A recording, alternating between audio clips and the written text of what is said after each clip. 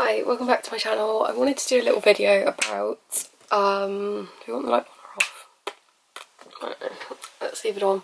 About basically why people, I've noticed, lie about things, and also how God uses that confusion that we get from lying, or people lying to us, to make us better. Not better, but like closer to him and learn things. So let's start off with the psychology of why people lie, because it's probably something that most people are very interested in.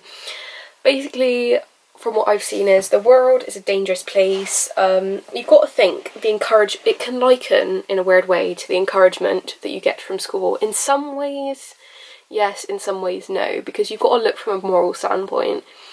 The world is a dangerous place, that is inevitable, but we have all tried to big ourselves up to other people in one way or another, even if it's not something we wanted to admit to back then. We've all tried to big ourselves up to look like someone that isn't going to be picked on, etc. As a child or as a teenager or as an adult. That's part of a healthy ego.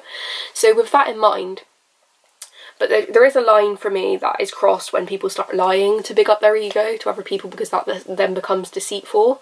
But it kind of, in some ways, when you put it into this way of thought, I don't think it's necessary in a proper context, but I do think this is how the guy described it. So, like, encouragement in school, for example, like, if a guy was being, like, for example, if you're, like, a good child and you're doing your work well and you're encouraged in school, you might be, like, encouraged by a teacher where the teacher actually doesn't find your work that amazing, but it's an encouragement tactic. It's like I can't sit up very well, so I sit up like this.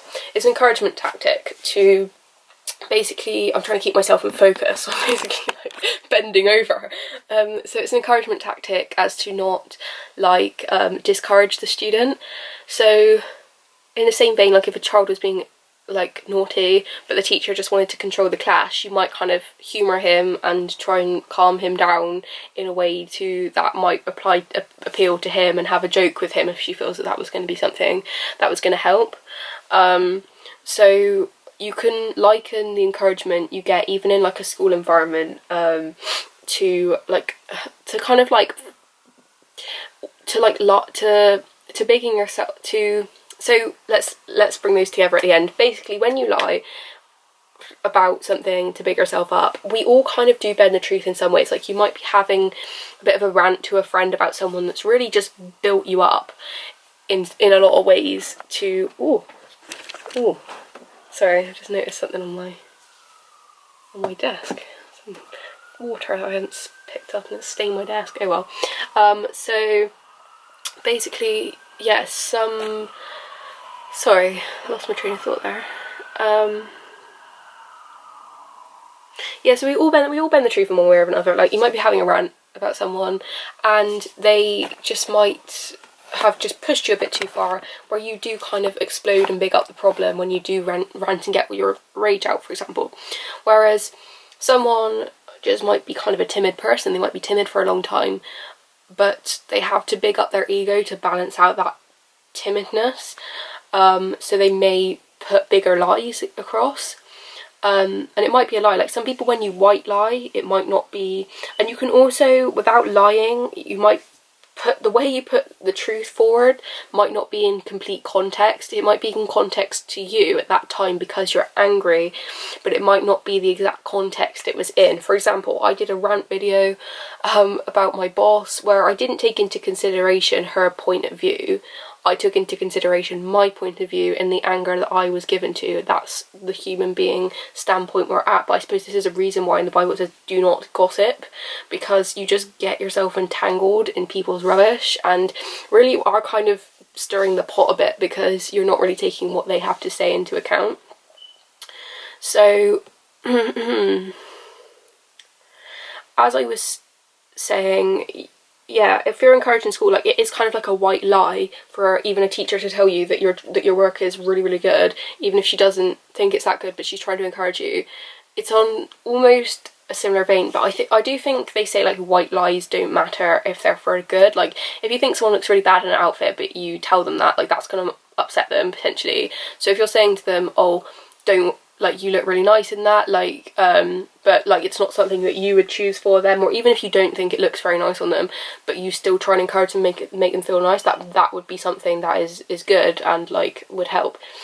I just think the moral standpoint quite obviously would come like when people do start lying to that causes a detriment to you and can cause confusion and sort of doubting your own reality, the gaslighting type of lying, or people might do it for a reason that is trying to validate and make their own ego healthy, and I get that, but you've got to take into consideration, for me, from a moral standpoint, whether that means that someone's going to